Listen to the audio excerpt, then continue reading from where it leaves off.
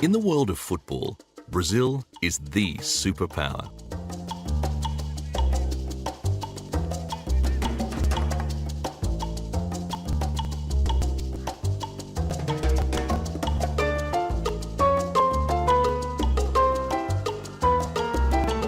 Thousands turn out just to watch them train. Today's Brazilian team contains superstars like Ronaldinho, Kaká, and Robinho. In Brazil, football is in the blood, and it has been like this for generations. From the beaches of Rio to the back streets of Sao Paulo, there is always some sort of game going on. This passion for the game has produced many champions. But there is only one man who is known as the king of football, Pele.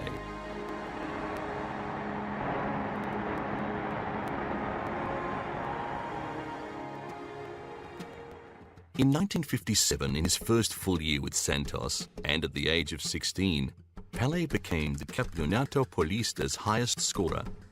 He remained the league's top scorer for 9 consecutive years. The 1958 World Cup in Sweden, and immediately the young Pele was in Brazil's national team. My first World Cup, I was 17 years old, was a beautiful history because 8 years before, Brazil lost for Uruguay, the World Cup in the 50s. And my father was crying, with a lot of Brazilians there. And then my father used to say, oh, man should be strong, man doesn't cry. Then I saw my father cry when Brazil lost the game. Then I told him, Father, no, don't worry, I'm gonna win one World Cup for you, don't worry. I was 9 to 10 years old. Then 8 years late, I was in Sweden with Brazil with 17 years old. Brazil won the World Cup. That's a gift for God because I don't know why I promised to my father. It was Brazil's first World Cup, with Pele scoring twice in the final against the host nation. In 1962 in Chile, Brazil won the World Cup for a second time. By now, Pele, at the age of 21, was an international star, and he was targeted with rough treatment. After scoring in the first game against Mexico, injury limited his contribution. Just 4 months before his World Cup campaign in 1966, Pele and his new bride, Rosemary, arrived in Germany. So great was Pele's international reputation that the couple were dogged by journalists. But Europe was interested in Pele for other reasons. The top clubs had been trying to tempt him to play in Italy or Spain, but Brazil's national treasure was staying put at Santos. At the start of what they had hoped would be a private honeymoon, cameras and the press continued to be intrusive, placing enormous stress on their new marriage. Just one day after her wedding, Rosemary was discovering what it would be like sharing her life with a superstar. Soon Pele and Rosemary would have their first daughter, Kelly Cristina. The 1966 World Cup tournament was held in England, and having won the 2 previous cups, Brazil were the outright favourites. 6 of Pele's Santos teammates were in the Brazil squad. Lula, the Santos coach, had stopped likening Pele to other players, saying he was incomparable. Rival World Cup teams started focusing on Pele and the other Brazilian playmaker, Garrincha. In the group stage, Brazil were defeated by Hungary and Portugal in controversial circumstances. The English referees seemed to miss an unusually large number of fouls to the top Brazilian players. After an incident in the game against Portugal, Pele limped for the rest of the game. This was before the days of red and yellow cards. Brazil did not make it beyond the group matches. After the tournament, a disappointed Pele declared he would not play any more World Cup matches. So dazzling was Pele's on-field performance that he was dubbed O Rei, the King. An act of parliament was passed to prevent Pele being lured to Europe, and the Brazilian government ensured he was the most highly paid professional sportsman in the world.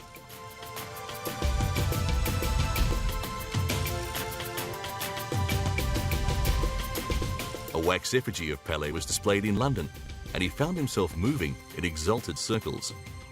To this day, heads of state and politicians are still keen to meet the legend. And because he was so widely known as the king, crowning ceremonies became part of Pele's ceremonial life. Museums around the world have different versions of Pele's crown. Now Santos were touring the world during breaks in the domestic season to play exhibition matches. The effect of these games was astonishing. During the Nigerian Civil War, a truce was declared so that people could safely see Pele play. The United Nations was starting to take notice, especially as Pele had an affinity with the young. But not all the exhibition matches were triumphs. A friendly game played at El Campan Stadium in Bogota resulted in a melee, with Pele being sent off. This sparked a riot in the crowd who had come to see Pele play. Officials sent the referee off and reinstated Pele.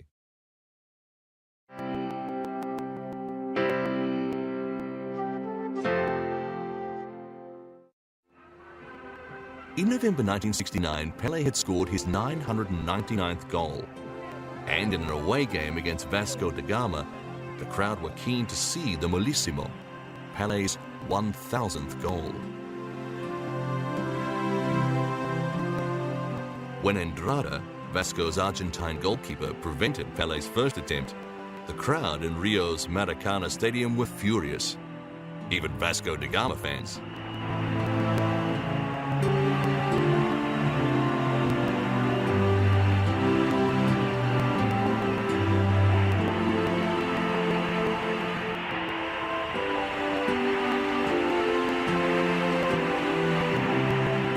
At halftime, Santos were down 1-0, and Pele remained scoreless. Vasco were desperate to prevent Pele scoring, with their full back even heading an own goal to keep Pele from his record. Scores were now level. But after Pele was brought down in front of goal, the referee pointed to the spot, and history was made. 80,000 fans were jubilant. Both Vasco and Santos supporters acknowledged the king of football. High fences around the ground prevented spectators invading the pitch, but there were so many journalists and photographers there to record the moment that Pele was swamped. Across Brazil, people would remember where they were for the Molissimo. In the second half of 1969, the Brazilian team was back into qualifying matches for the upcoming World Cup. The final match of the South American qualifying round was against Paraguay in front of a home crowd in the Maracana Stadium. Though Brazil was undefeated in the qualifiers, Paraguay was just one game down, and a loss for the home side would see the two teams on equal points with the need for a playoff match. The crowd of 183,341 remains a world record attendance for a qualifying game. Brazil would be happy with a draw, but Paraguay needed to win to force a deciding extra game. At this time, only 16 teams could make it to the finals tournament, with England as the current cup holders and Mexico as the next host nation, both guaranteed positions. The contenders were playing for only 14 spots. At halftime, neither side had managed to score. As the second half got underway, the light was fading. Finally, in the 78th minute, Gerson on the left made a shot on goal that bounces off the goalkeeper and is put away by Pele.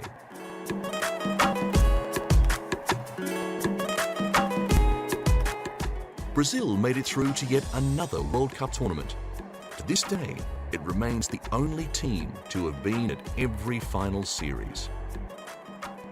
Pele had shown no sign of following through on his threat not to be involved in the next World Cup, but the whole team was aware that just playing beautiful football may not be enough to get Brazil to the last game. Brazil's 1970 World Cup campaign was headquartered in the Mexican city of Guadalajara. Though everybody was entranced by the footballing superstars, they were not the favourites. Coach João Saldanha, who had seen the team through a flawless qualifying campaign, had been making enemies. He said that Pele and Tostão would not play in the same team, even suggesting that Pele might be dropped. But Saldanha himself was dropped, and Mario Zagallo found himself in the manager's job. At first, he was reluctant to make any changes that would adversely affect public opinion. The turmoil generated by the last-minute coaching changes left the team looking vulnerable. This actually worked to Brazil's advantage. Years later, Pele discussed the pressure that comes with being the front runner.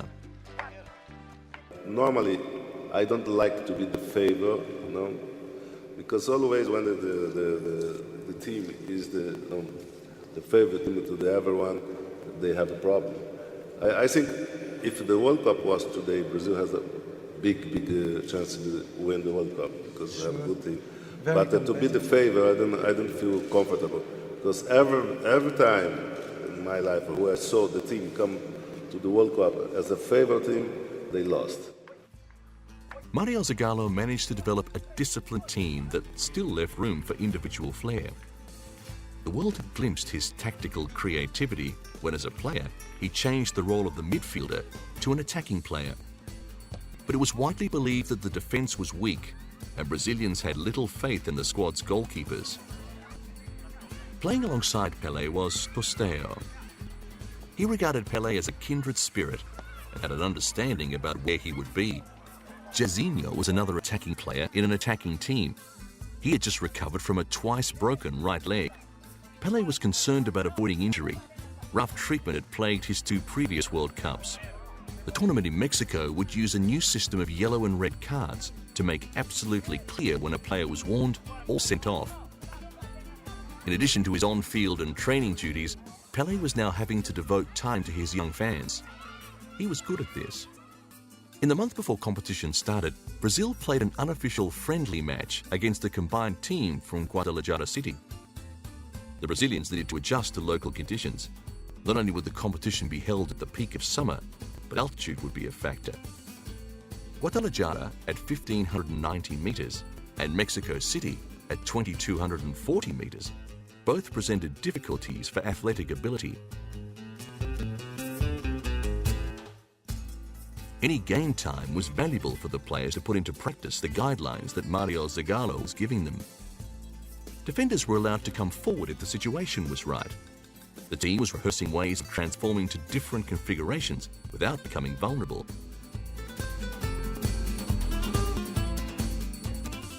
Brazil would be in Group C with Czechoslovakia, Romania, and the big threat England, the defending champions. The crowd at the Estadio Jalisco watched in awe as Zagallo's system kicked into action. The well-drilled team that still made allowance for players of genius was being watched closely by other World Cup teams too. England, who had a reputation as the best defenders, still felt that although Brazil had a devastating attack, they were fragile at the back. Critics were saying that a team of champions is not necessarily a championship team. Not many believed this, except the nervous audience back home in Brazil. In the end, no one was surprised that Guadalajara City went down to Brazil 3-0, with Ravelino, Clodoaldo and Pele all scoring goals.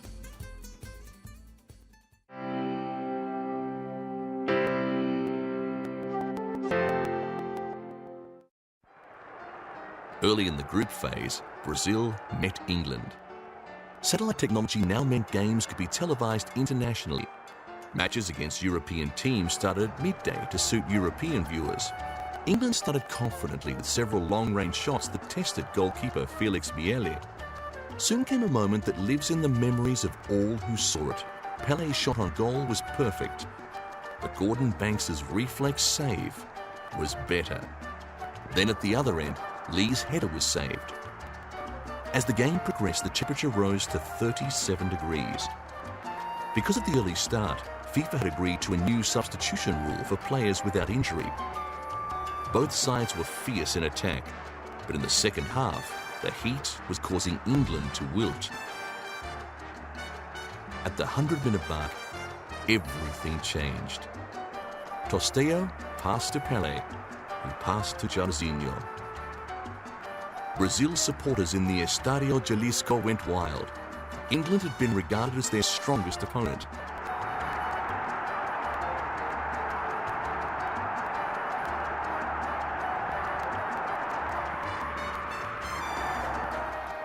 But England were not finished. Manager Alf Ramsey brought on Astle and Bell for Bobby Charlton and Francis Lee, and the team went all out for the equaliser.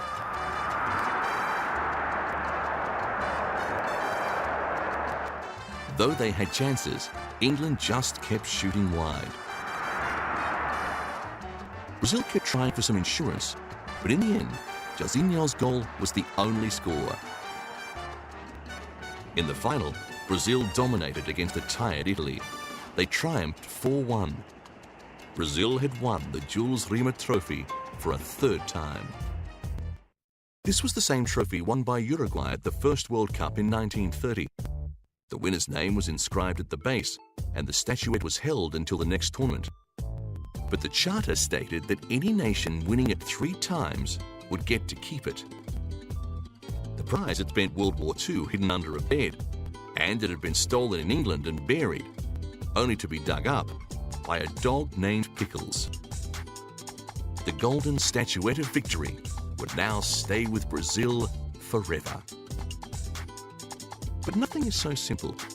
In 1983, the Jules Rimet Trophy was stolen from the Brazilian Football Confederation's headquarters in Rio.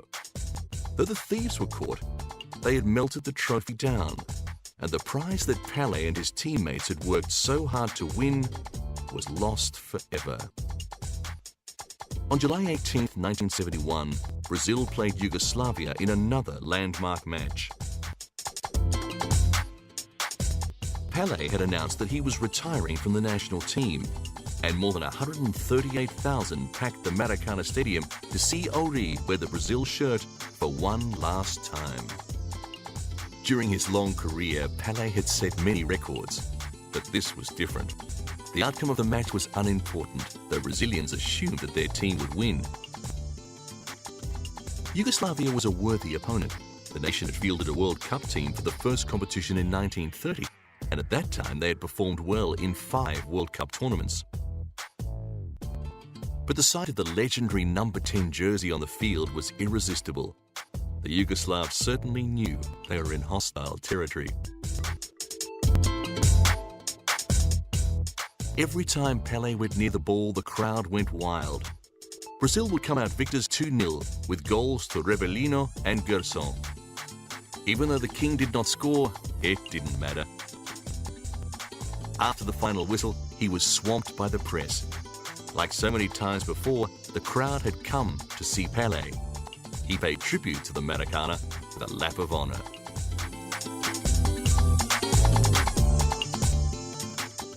It was said that he couldn't score because of the tears in his eyes.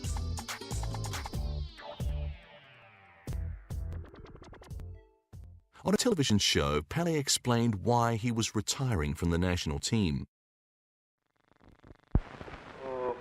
Olha, é o seguinte, eu acho que a gente deve saber quando parar, né?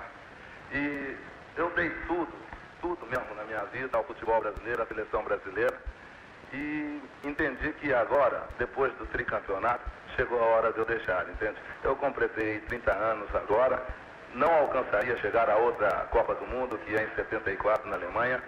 Se chegasse, talvez eu só iria começar. Então, eu resolvi dar a oportunidade à seleção brasileira. Then viewers got a glimpse of an experiment with a new career path. Meu bem, porque depois perdão não tem.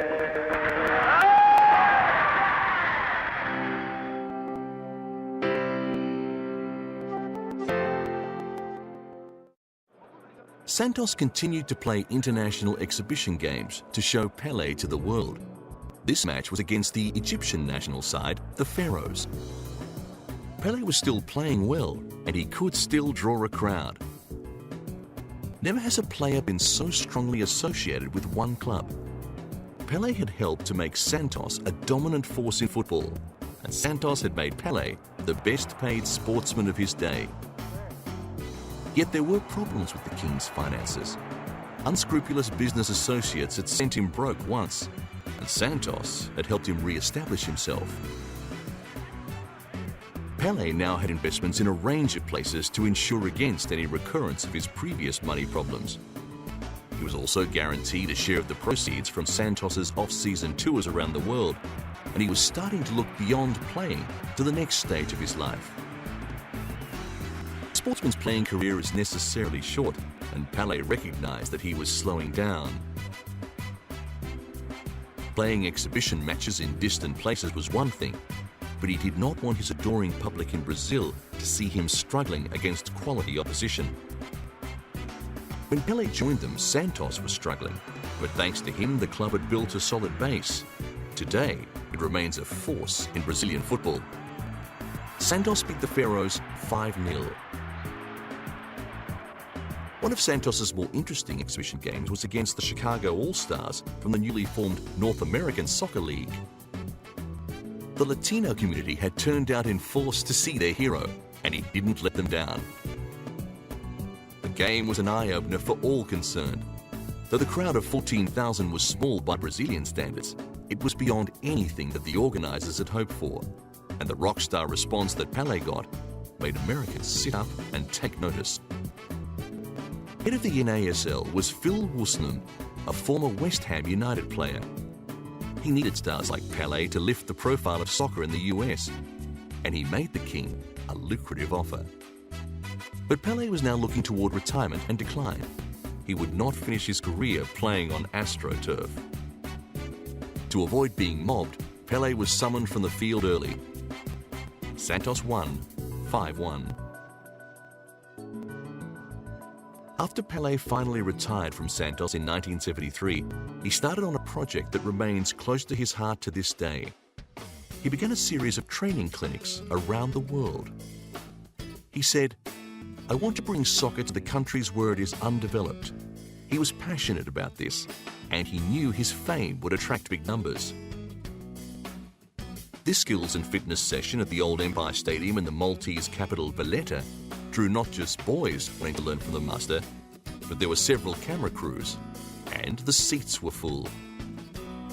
This emphasis on fitness had been important to Pele's success.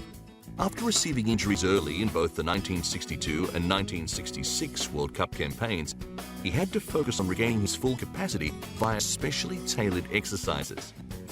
But he understood that front runners would also get more injuries, many of them not accidental. Being fitter than your opponent meant that you had a better chance of avoiding damaging situations on the field. Though skills work with young players became a theme in Pele's life, he was about to confront new difficulties that would change his plans. As a minor shareholder in a rubber company, he had signed a document making him responsible for a corporate bank loan that had gone bad. For a second time, Pele faced bankruptcy. Soon he and Rosemary were in New York signing a contract worth $4.5 million to play for the Cosmos in the NASL. This was a huge advance for the game in the US, but the people of Brazil were outraged that their hero had sold out to the Americans. However, Pele had driven a hard bargain. Cosmos owners Warner Communications, as part of the deal, had agreed to establishing a football school for poor children in the Santos area. By the time the king ran onto the field wearing green and white, it was revealed that he had also insisted on a Brazilian-US program for the exchange of coaching expertise across a range of sports.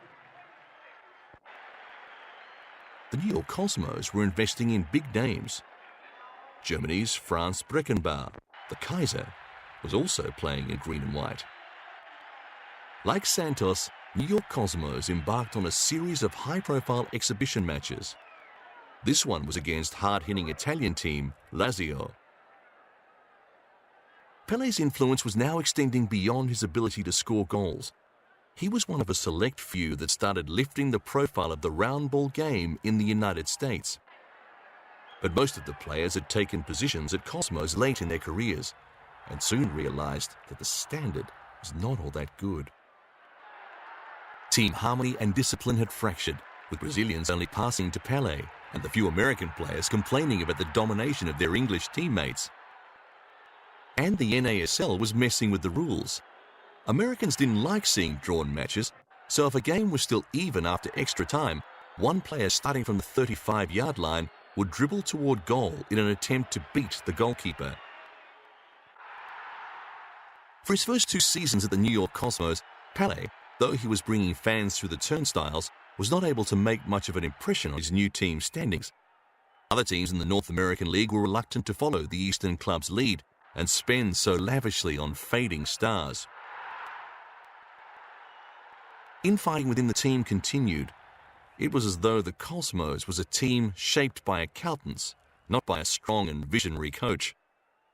Pele's enthusiasm dwindled, and he began fulfilling only the bare necessities of his contract. He was losing condition, and it looked as though his final year with New York would end in disgrace. But halfway through the season, a very sudden change of coach brought quick results. The match against Lazio was typical of Pele's time with the Cosmos. Their games were well attended, with the giant stadium regularly seeing crowds of 40,000, but results were patchy. They lost to Lazio 3-2, and little was done to achieve long-term support for the game in the United States. With Pele's playing days coming to an end, the Cosmos organized a tour so the world could say farewell to the king of football. I feel very, very, very sorry because I love soccer. And it's like a part of my life I lost. But it's very important when you stop in good shape, when you can't stop in good shape. Of course, I'm going to miss a lot. I'm going to be around, I'm going to stay in a nice state. I asked to the coach if I can practice with the teammates sometimes.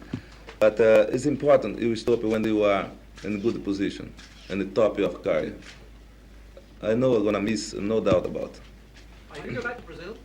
Yes, October I'm back to Brazil. And going to do things there. And then maybe in the season, I stay 2 months and a half, 3 months with the team at the Cosmos because I want to see games, to be around. After Tokyo, the New York Cosmos continued on to Calcutta, where they would meet Mohun Bagan, Asia's oldest football club. The reception at the airport was overwhelming. Everyone knew that Pele was popular, but this was something different. It was clear that he had become a global brand. Other players like Giorgio Chinaglia were ignored. Chinaglia would go on to become the Cosmos' most prolific scorer. Defender Brian Rowan was also bemused with the media response his teammate was being subjected to. The match against Mohun Bagan in front of 100,000 people was a 2-2 draw, but the result was not important. People just wanted to see Pele play, and increasingly just to see Pele. He was accustomed to the media glare, and his easy, polite manner endeared him to the public. Always when they come in another country, I try to make the people happy because I know everybody is the same in life, Then I love the people love me. But this was the end of his playing career, and he was uncertain about what to do next.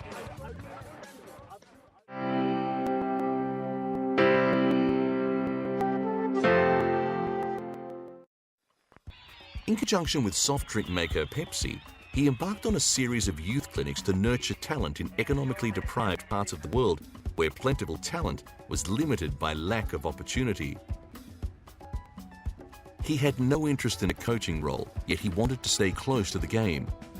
He had been a generous contributor to children's charities, and this type of work allowed him to combine his humanitarian concerns with his passion for football. Although Pele still described himself as a simple country boy, others saw him very differently. Just after his retirement from football, Brazil's ambassador to the United Nations said of Pele, "He spent 22 years playing soccer, and in that time he has done more for goodwill and friendship than all of the ambassadors ever appointed." Though he had re-established his financial security, he could not forget his humble origins, and was keen to help young people find a way out of poverty. Here in Kenya, football had huge grassroots popularity, and although the athletic ability of the young players showed great potential, none were making the jump to international teams. Pele had influenced young people's attitude to the game in Brazil, and he was working to have players from developing countries take on a similar role. This became a media quest to find the next Pele. And to this day, talented young footballers are burdened with the epithet, the new Pele. But for Pele, these types of football clinics were about more than just improving skills. He believed to be a good player, you had to be a good person. These training exercises should also build character. Years later, he explained to young people in Mexico advice from his father that had guided his life.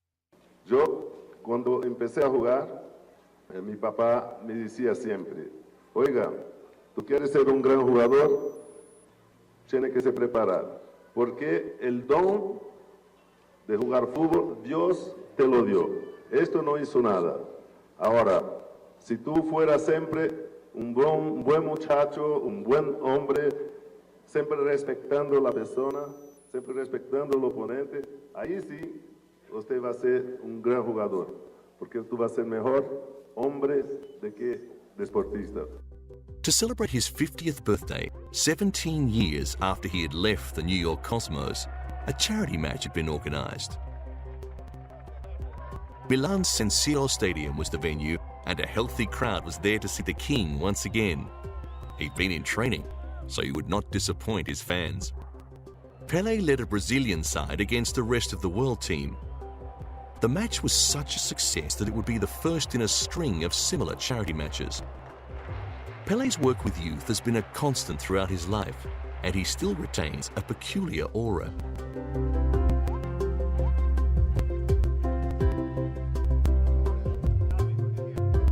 Even though these players were born long after his on-field career ended, they still know what he achieved and hold him in high regard. This tournament brought together student teams from schools in Brazil, Bolivia, South Africa, and the United States. They experienced other styles of play, but the international contact was also promoting understanding, and the United Nations was taking note. Bom, eu sempre defendi a ideia de que o esporte é a melhor maneira e a maneira mais rápida, mais fácil de tirar as crianças das drogas, das ruas, não é? E é por isso que eu sempre, desde quando eu comecei, quando eu fui ministro, que eu defendia, entende? E pedia para todas as sociedades, para os governos, investir no esporte, porque o esporte, você tira a criança das drogas. Então é um caminho muito mais fácil. É por isso que todas as vezes que tem torneios infantis, juvenis, eu estou lá. Pode me convidar que eu estou indo. The emphasis is on football played to a high standard. Secondary benefits like tolerance and respect are instilled as part of the game. Es una gran satisfacción no solo para mí, sino para toda la gente que está aquí, especial para Tawichi, que yo creo que para cada uno de los jugadores de nuestro equipo es un ídolo y me da más ganas de jugar y salir campeón en este torneo, ¿no? For us, it's about learning experience and getting to know how other countries play football. The international popularity of football keeps Pele travelling for most of each year. He graciously does the ceremonial duties that go with the opening of new playing arenas like this one in northern Greece. He's keen to see local games and he always has his eye out for developing players. Because he sees so many young players, he has acted as talent spotter for English Premier League club Fulham. Pele's ability to attract publicity remains undiminished, and he cheerfully smiles and waves at the cameras and poses with fans. And there's always press conferences that give him the opportunity to spread the message of goodwill via football.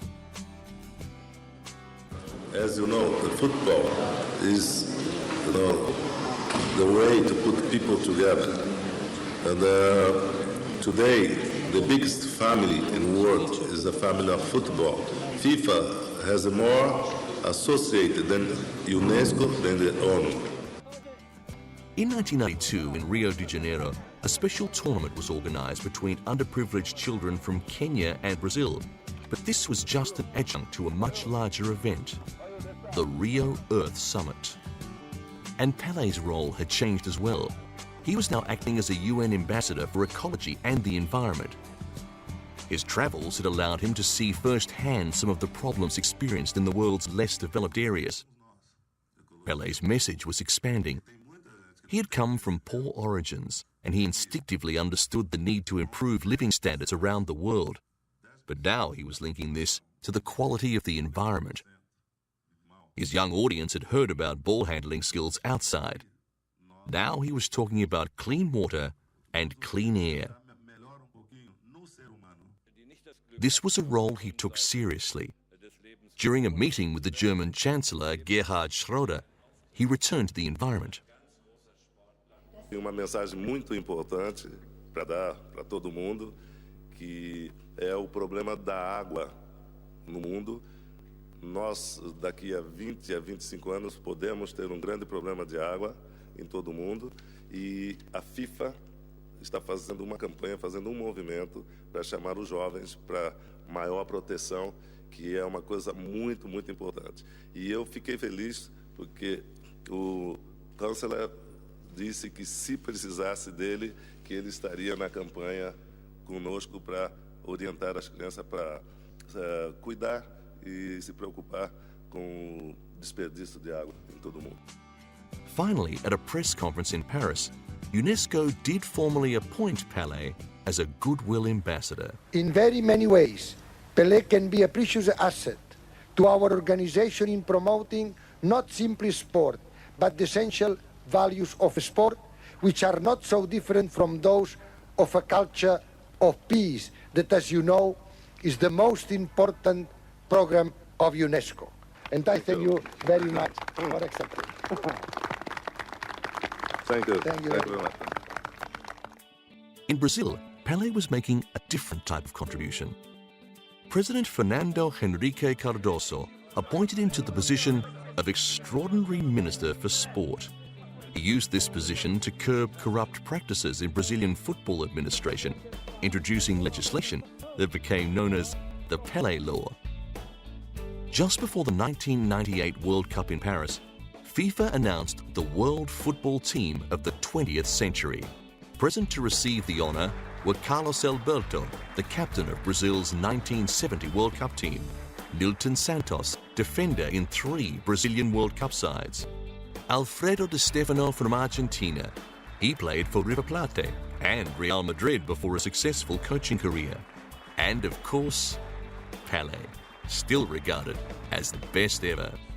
Other players nominated included Johan Cruyff, Franz Beckenbauer, Diego Maradona, and Michael Platini. After the ceremonies, Pele was keen to air his ideas about the future of the game. What I fight, what I look is to the players participate more. What we like is the more democracy. I think Mr. Blatt knows that.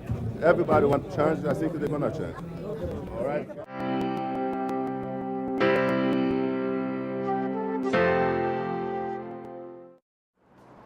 Honours just keep flowing for Pele. When the streets outside London's Buckingham Palace were festooned with Brazilian flags, it was to mark the awarding of a knighthood to Pele for his humanitarian work. Pele was now an honorary Knight Commander of the British Empire, and he was mobbed the following day at a function at Chelsea's Stamford Bridge home. Representatives from the British government said they liked the enthusiasm that Pele can generate, and that the integration of sport with community development helps to overcome inequality and disadvantage.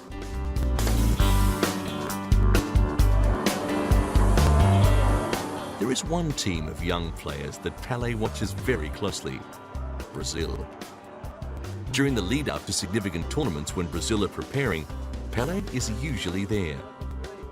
Naturally, he loves Brazil and he keeps an eye on players' form, understanding who they will be up against in opposing teams. But sometimes he's called on as a mentor. Ronaldo's career bears similarities to Pele's. He burst onto the scene at just 17 and went on to World Cup glory. And, like Pele, he suffered serious injury. He ruptured a tendon in his right knee during a match with his Italian side, Inter Milan. Despite the best medical attention and intensive physiotherapy, it looked like the injury would finish his career, and Ronaldo was losing hope. Realmente passei a acreditar mesmo na minha recuperação, talvez depois que o Pelé teve na minha casa e que me comentava sobre uma lesão que ele teve em 1966 e que muitos médicos ameaçaram a carreira dele, dizendo que não poderia mais voltar a jogar futebol. E ele ficou 1 ano e 6 meses recuperando e retornou bem e ainda ganhou o Mundial de 70. E essas histórias realmente me motivaram, essa principalmente me motivou para eu não desistir e para eu continuar lutando para recuperar. Pele convinced Ronaldo a complete recovery was possible. Se fizer um bom trabalho com ele, não forçar a obrigá-lo a ser o Ronaldinho, a ser um Pelé, ou a ser um Maradona, ou a ser quem for. Se não obrigar, deixar ele jogar normalmente, eu acho que ele volta a jogar o seu futebol. He did, and went on to win the FIFA Player of the Year award for a second time. The lead-up to the Beijing Olympics saw Pele at the Forbidden City. Rio de Janeiro was in the running to become the host city for the 2016 Olympics, and Pele was in Beijing as goodwill ambassador lobbying his capital's proposal.